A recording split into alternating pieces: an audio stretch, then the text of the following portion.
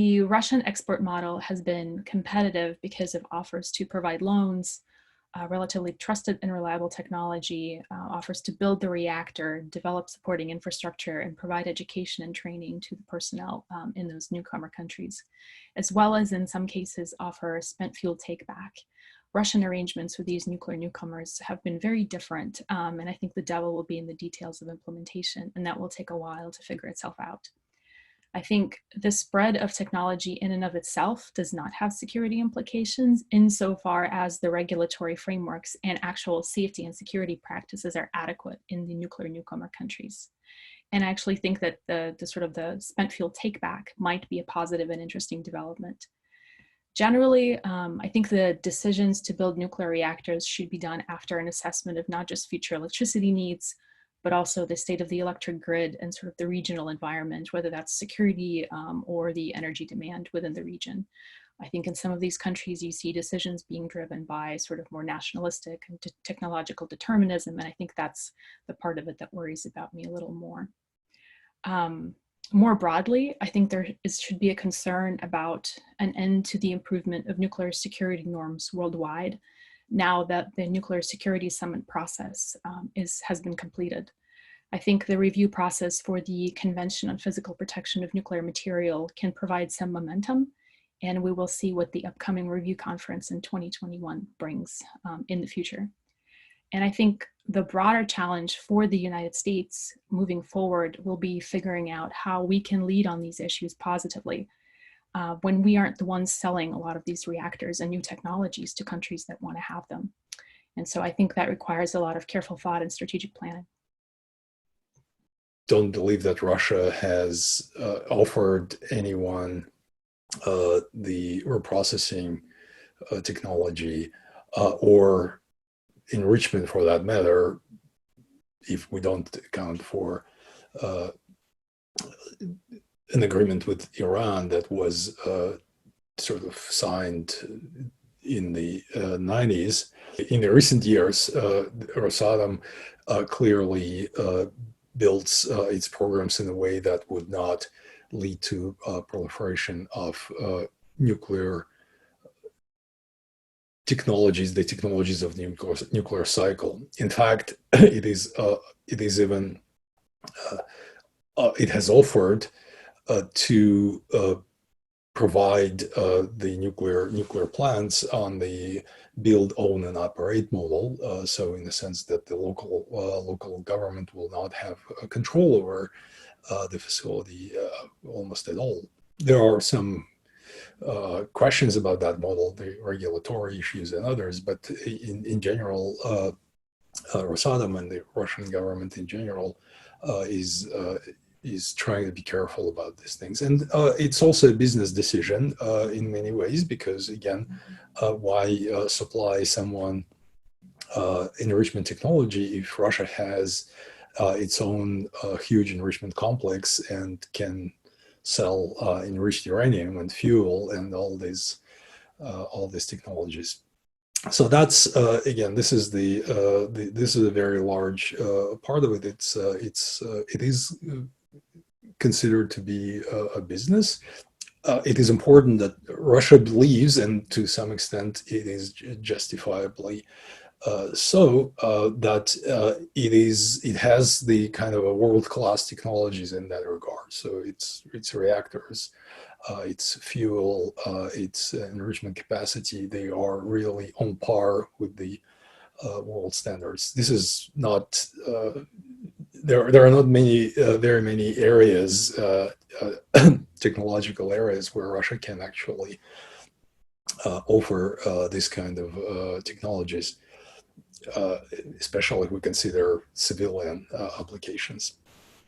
So it is also, I believe, to some extent, it's the issue of soft power, because the way, sort of, when you penetrate the market, when you build your nuclear power plants, that provides you with a link with the governments that host these plants, and it provides with a certain connection that is very valuable on its own, because these are these are very large investments, and these are it's technological expertise, it's the materials and all that.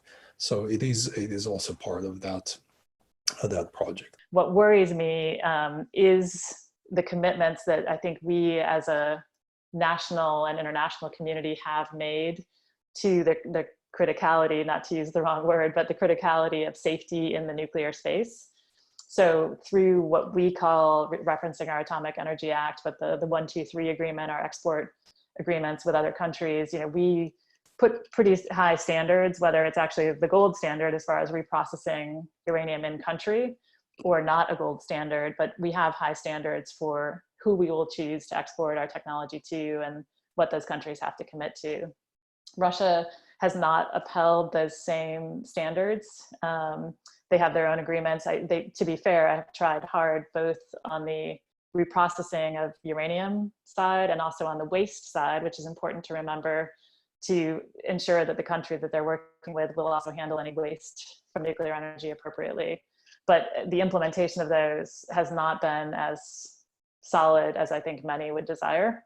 So, keeping a focus on both the front and the back end of that fuel cycle is incredibly important for the environment, for nuclear security in the sense of terrorism. I think we're all aware of the concerns that are both valid and anticipated for a potential terrorist act against the storage of uranium, or again, at the back end, if you've got a pool with spent uranium or even plutonium, depending on your fuel cycle, that could be at risk from a nuclear terrorist attack or the threat of an attack.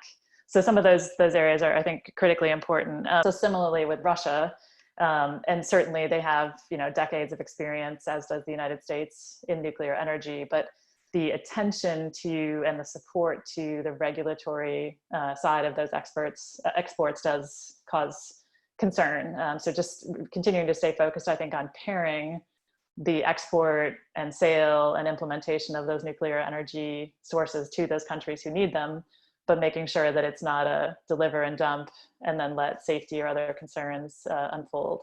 Russia's export of nuclear technology is designed, in the first instance to bring Russia economic competitive advantage and economic benefit. And secondly, also political and global influence. My deep concern has long been about Russia that their nuclear safety standards are not as strict and not as up to par as we would like them to be in the West. As you know, they've had numerous nuclear safety incidents, from Chernobyl to the sinking and fatalities aboard the Kursk submarine.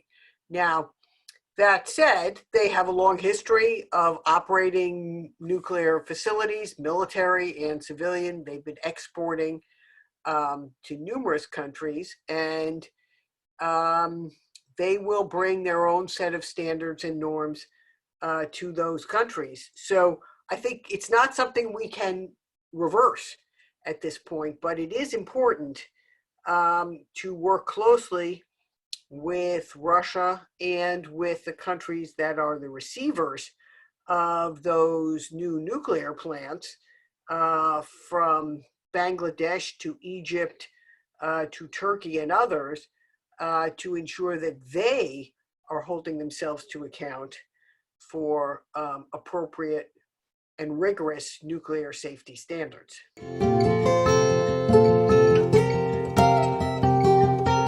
I believe these treaties are essential. They're a critical, foundation of our, I would say, security enterprise through various nations. Again, whether it's Paris Accords related to climate or the, International Nuclear Forces Treaty, these are critical underpinnings of our national security and ultimately international security. I do think, though, there is, and I say this with incredible respect for the arms control and treaty communities that are out there and organizations, whether the North Atlantic Treaty Organization or others, but I do think there is a tendency now to overreact, or at least over anticipate the negative consequences of the quote, failure or dismantling of these treaty regimes and treaty complexes. And why I say that is, and likely due to some of the roles that I've had the privilege of holding for Department of Defense and others, I believe there are a lot of tools in our non-proliferation and confidence building and other tool belts that we can bring to bear. So treaties are absolutely a pillar of those, and we must fight to sustain them. And I'll talk about the New START treaty in a moment, but there are others as well. So Proliferation Security Initiative is an international agreement that's not a treaty, but it's incredibly powerful. It's global. We have regional partners, Argentina, throughout Europe, Russia. I mean, we've got partners that are committed to enhancing their regulatory systems to prevent the spread of weapons of mass destruction materials or components. Zanger Committee, on nuclear exports. So my point is that I think we often focus on the treaty because they get more headlines, but there are many other measures and capabilities and agreements and systems that do work to sustain our national security, international security, and to enhance dialogue.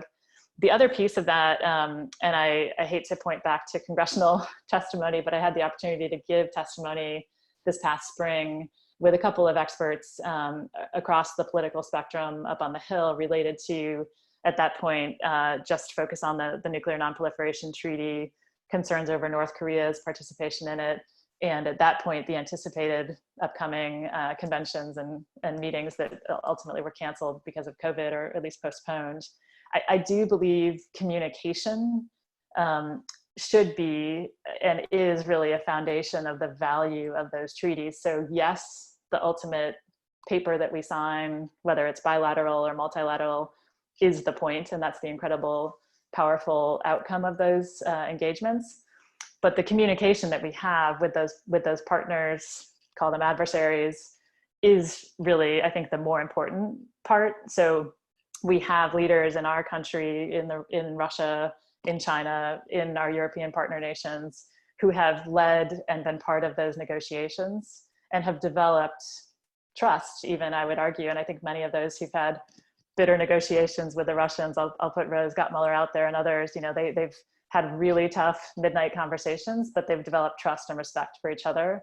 And absent those discussions, we are more at risk than without those discussions. It's been very difficult because of Russia's aggressions against its neighbors in the last 5 years, which has complicated the relationship that previously had been kind of isolated to managing that set of nuclear arms control agreements. And now our relationships with Russia are complicated not only by their aggression, but with their neighbors, but their interference with our own election, US presidential politics. These issues can't be treated only in a silo anymore. So it's clear that we need to think about how we get back to a world where arms control agreements matter, where parties are held to account, where they're enforced and verified, and that may be possible in the future, but we've got a lot of hard work to do to get there. This has been, unfortunately, a trend to move towards disengaging from nuclear arms control treaties. Now, in some ways this is personal to me because I was involved in the ratification of the INF treaty when I worked on the Senate Armed Services Committee staff in the 1980s. And that was in the heyday of using arms control agreements to manage the nuclear relationship with and manage nuclear deterrence and reinforce it with Russia and other nuclear powers. Now, unfortunately, we've had, numerous years now of Russian violations of the INF treaty. And so the failure to continue a rigorous compliance means that the treaty itself is not as valuable as it was in the past. And we have to really think through what is going to be the appropriate set of arms control and other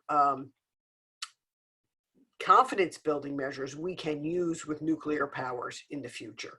Unfortunately, the way to describe what will happen is going to get worse before it will get better. If the history teaches us anything, which it rarely does, then you need to get back into this kind of arms control mode, to get back to the understanding that we need to have a framework for an agreement between nuclear states. It has to be a fairly large kind of shock in the system, in the sense that people should really stop and think that what are we doing? Are we going in the right direction?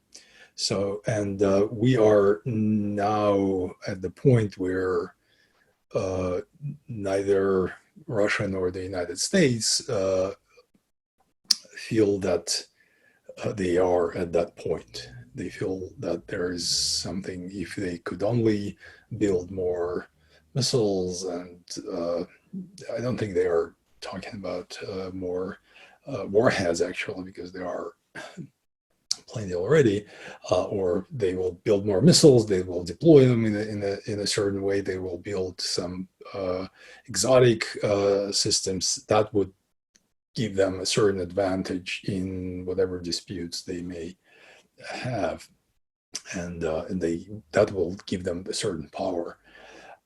And unfortunately, there is no alternative vision that would say that, well, no, this is the kind of a dead end. But we will get there at some point, when people will be asking questions, sort of, does it really make sense to do this and that? And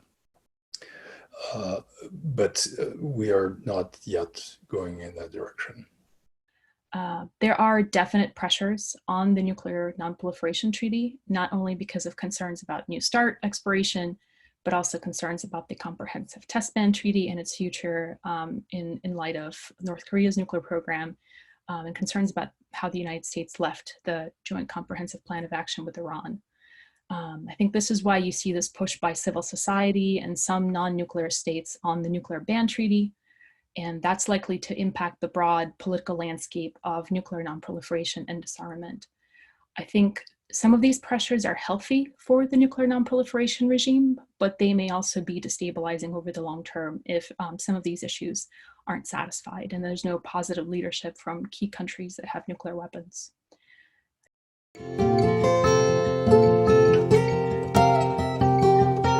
And so it's important that we get back to a world where US global leadership matters, and it matters working with our allies and our partners. They've made it clear that they would like us to continue to engage on a number of these arms control agreements, from New START to the Open Skies Treaty, despite the challenges we've had with Russian compliance. So it becomes about, there's a careful balance that has to be had. You can't continue to reward Russian aggression and non-compliance. At the same time, we have to balance what the benefits are of creating rigorous enforcement regimes, and then working with our allies and partners. We need to restore our historic partnerships. We need to realize that, in fact, Russia really fears a strong NATO, and so we need to re-strengthen NATO as our most important military alliance, which contains many of course, of our closest European allies and partners.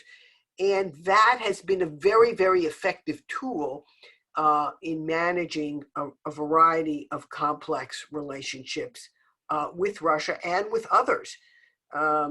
So I think this is going to be an important part of moving even towards a new START as an anchor of strategic stability and a foundation for new arms control arrangements in the future. My personal opinion is that it is in the US national interest to extend New START while negotiating a broader follow-on arms control regime. However, it's no sure thing that New START will be extended. And I think the United States now faces the prospect of engaging in nuclear modernization in an environment where our key nuclear opponent may be unconstrained. And I think that's something we need to think very carefully about.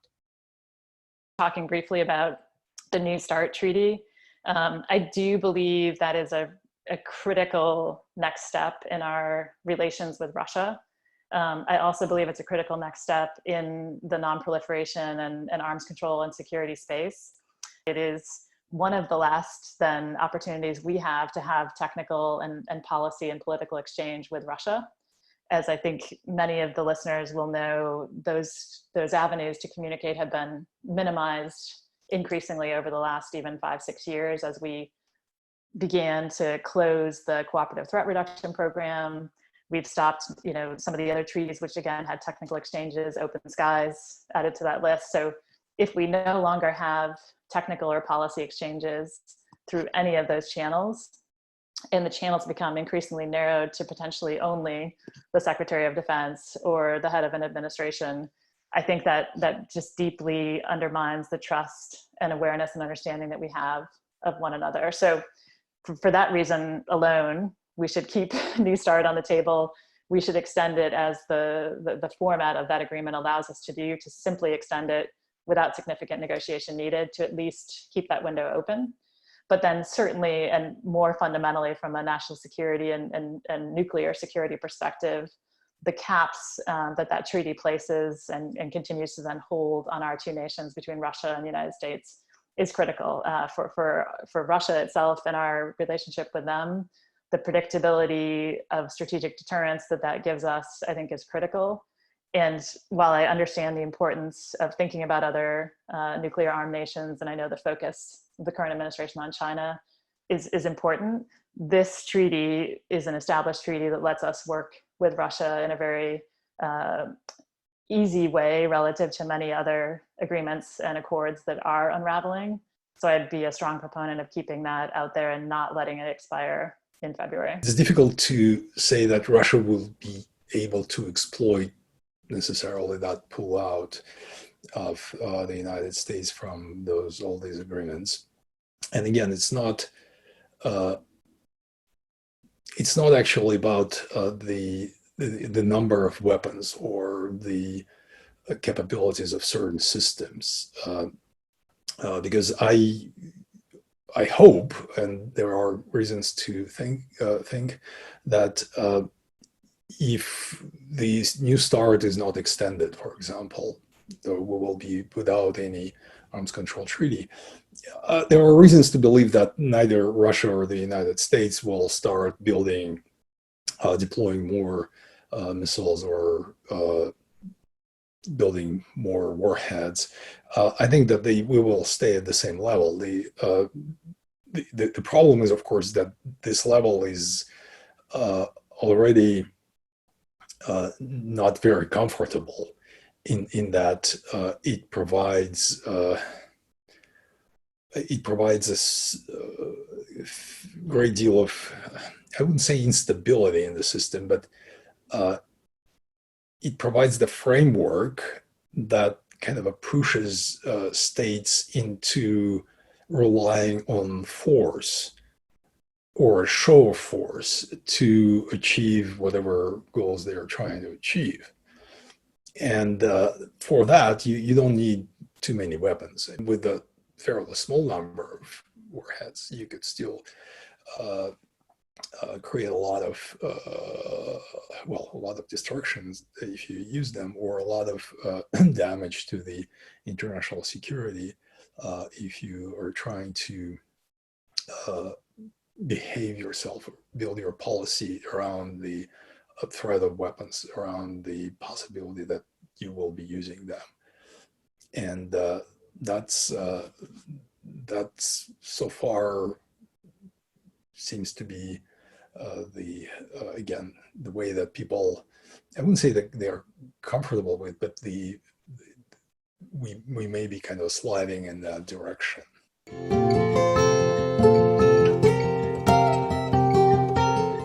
Let's be very clear that we have a new ocean that's become navigable in our lifetimes because the sea ice is retreating, the permafrost is collapsing, and the temperatures are rising at such a rapid rate that it's warming twice as fast as the rest of the planet. Temperatures approaching 100 degrees were occurred in Siberia even over this last summer, something that is unheard of. Now, Russia, with its long Arctic coastline, sees this as first an economic opportunity to convert the northern sea route that runs along that long Arctic coastline into a toll road for shipping from Asia to ports in Europe.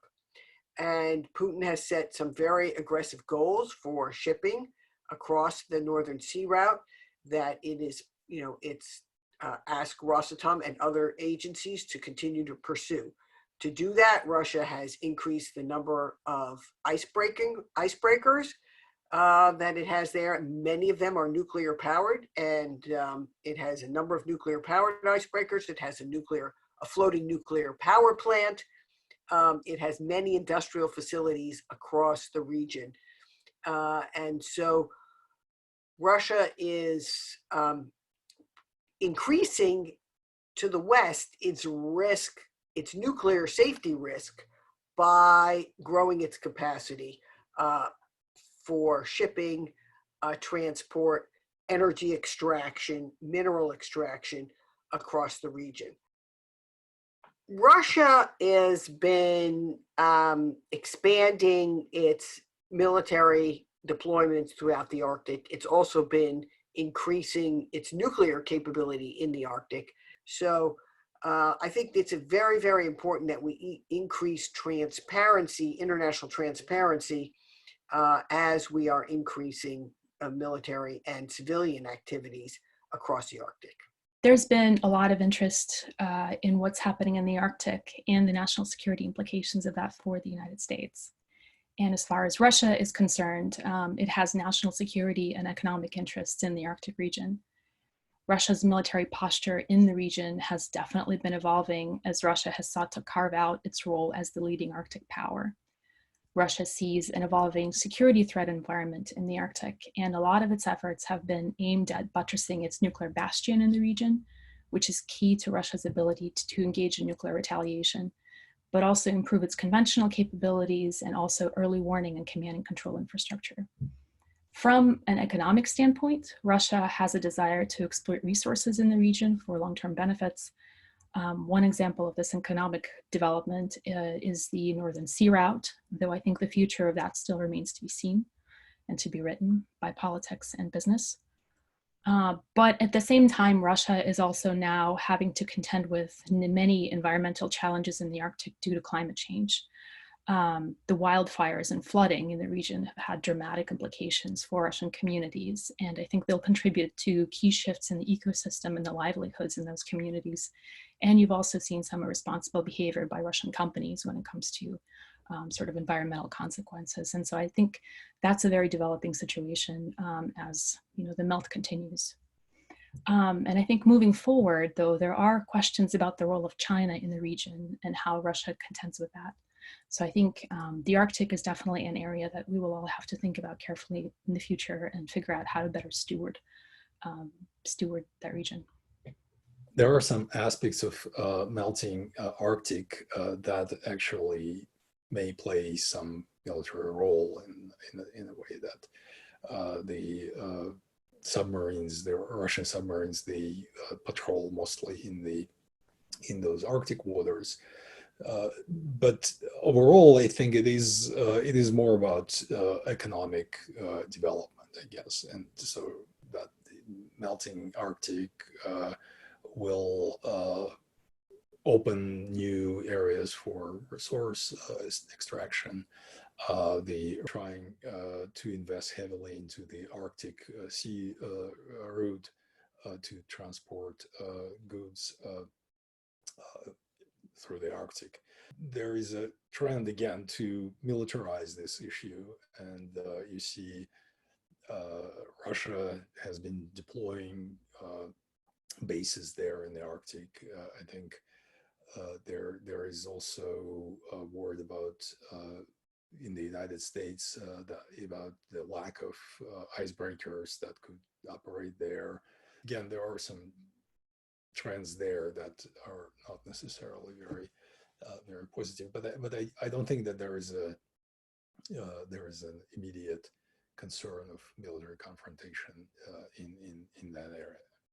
On Arctic melt and just the Arctic as a whole, it may sound strong, but I believe that is an incredibly important topic to be watching. And it's not just because it's become a little bit sexy, honestly, between, you know, Coast Guard icebreakers and Russia and China and just the environmental consequences, but because the Arctic and the melt there, and if you include permafrost in Russia and other, I think, related topics, it becomes very emblematic, but in a containable way, of the connectivity between these environmental, military, security, transportation, commerce, like the list goes on and on. So zeroing in on the Arctic and the challenges that we see there, from, you know, flag planting in the bottom of the sea by Russia to, you know, China claiming that it's a near Arctic nation, are just really useful as a case study to consider as we move forward. An important shift to this great power competition,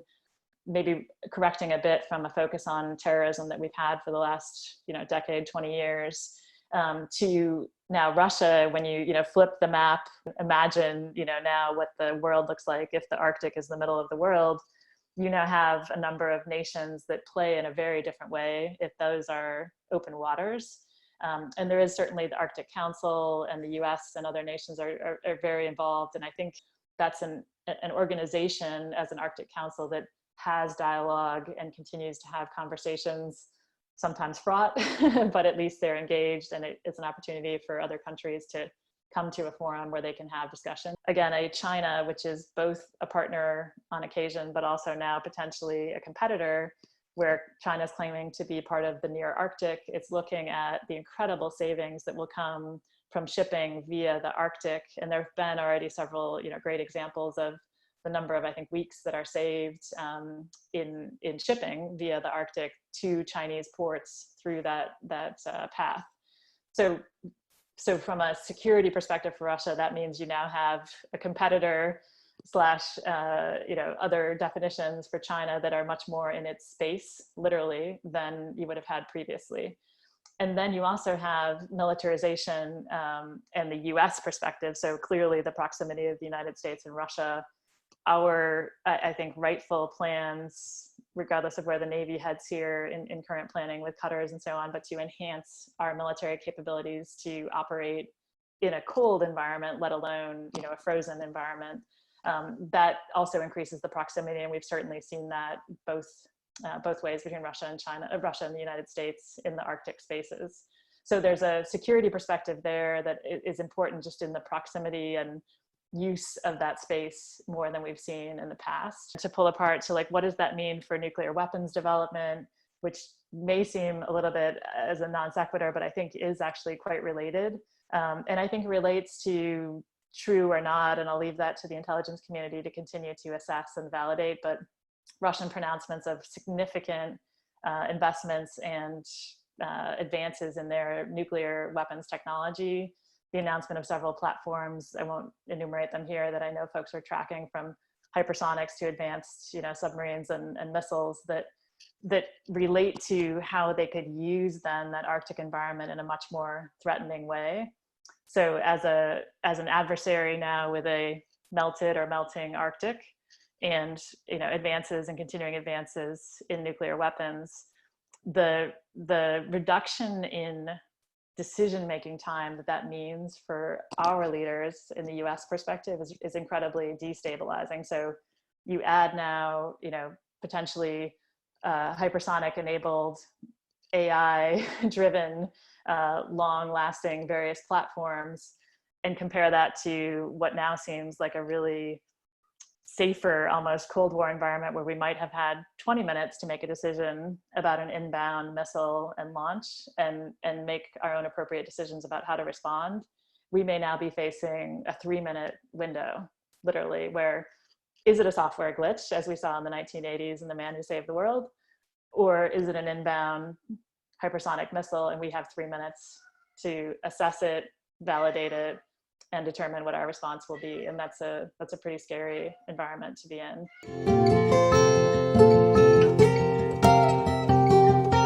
While Russia may engage in information efforts to discredit the United States in the international community and discredit certain US policies domestically here, ultimately, positive US leadership is the one bright ray of light that can easily break through those things. And climate change is already here, and it's already posing challenges for our communities here in the United States, whether that's fires, floods, or catastrophic storms, and also consequences for agriculture. As in the United States, we figure out what type of technological constraints we are ready for, and what type of technological constraints are in our national interest, and as we cope with consequences of Russian cheating, particularly in the Intermediate Range Nuclear Forces Treaty.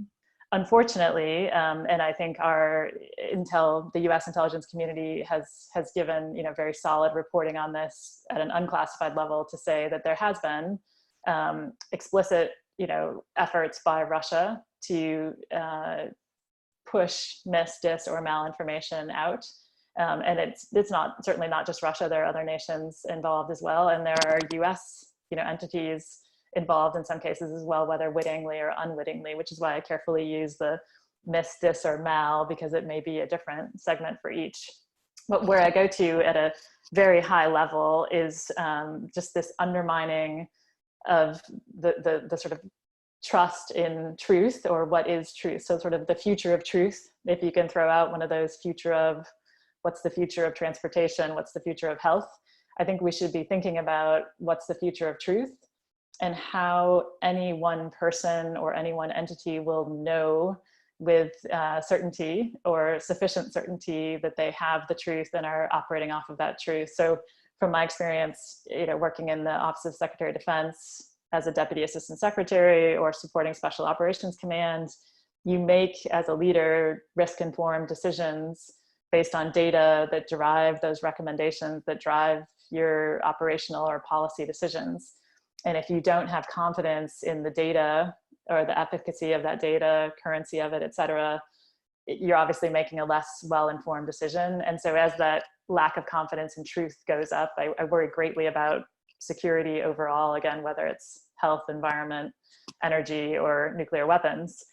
So the fact that we may have a nation at potentially a leadership level with Russia or other countries purposefully seeking to undermine truth is an incredibly just undermining function that I think ultimately will impact us all. And while it may be targeted at a democracy or a country or entity that it believes to be an adversary, I think is incredibly scary. The Salisbury incident against the Skripals, that was deeply investigated. I have great respect for the Organization on the Prohibition of Chemical Weapons and the investigators who've looked at it through various nation states to determine that was the use of a Novichok, a special nerve agent targeted against certain individuals. This may seem like a big jump from what you're asking about rhetoric and so on, but to me that's a critical point, because if you now have a public health incident where people seem ill, and you're doing your best as a public health entity to respond to it, and now you have what may be perceived as misinformation that says it was a chemical or nerve attack perpetrated by Russia versus two people who drank too much and passed out on a bench. How do you now, as both a just general citizen who's trying to protect your child who may be running by that bench, to someone who's setting public health policy, how do you make those risk-informed decisions from the citizen up to a leadership level? So what does the rhetoric and Russian actions in this space mean for us? I think it just means an incredibly destabilizing society in the end, potentially, where the police, the public health responders, emergency responders, to again, policymakers and operators may not be making the best decisions because they simply don't have the truth in front of them. And the fact that a country would purposely go forth to do that is incredibly destabilizing. So I hate to throw out space as an example, or cyber, but we've seen an effort by the international community to establish some norms for peace in space, or the peaceful use of space or cyber. I wonder if we need to come to some attempt to establish some norms related to the future of truth and how we will or will not support this misdis or malinformation growth. Again, it will always continue, I think, unfortunately, from this point forward, because individual people can post what they choose, but to have a nation choosing to do that as part of a national strategy is incredibly undermining. Sometimes people ask me what keeps me up at night. I'm particularly worried about a shipping incident that could occur in the Arctic involving potentially a Russian nuclear powered vessel, maybe a Chinese or other barge trying to ship oil or fossil fuels across the region, a collision, an accident where there's both an environmental spill, potentially damage, risk to human life, great damage to the ecology, and also unclear about who is in the lead on search and rescue and recovery operations if it's in international waters. If you think about the map, between Russia and the US, Alaska, in the Bering Strait, they're only 30 miles apart at their narrowest point, and ship traffic is increasing dramatically in that region. In fact, a Russian military exercise just this summer of 2020 was buzzing numerous Alaskan fishing boats who were out in international waters fishing.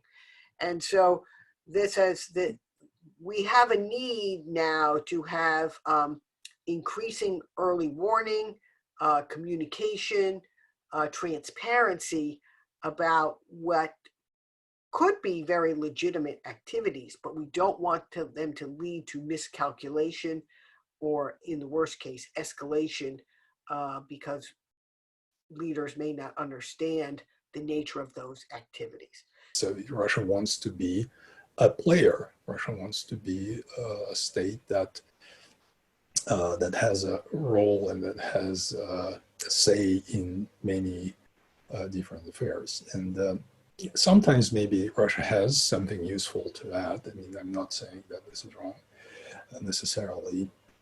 China is definitely confident that it is becoming a player, and there is a small matter of others being cautious about that. And I think, as I said, this is sort of an easier route in a sense that it's something that we sort of know how to do. The problem is that it doesn't work, and so the alternative is to try to come up with some kind of a cooperative solutions and sort of build a system where everybody could contribute and everybody could play their own role. Again, that doesn't mean that there will be no strong players and weaker players, states who have the more or better understanding of the situation and suggest kind of a better ways of dealing with that. But it's still there has to be a mechanism. There has to be a system where everybody would feel that they play a role and they know how to contribute positively. So I'm optimistic in the sense that I believe we will get there. It may take some time though.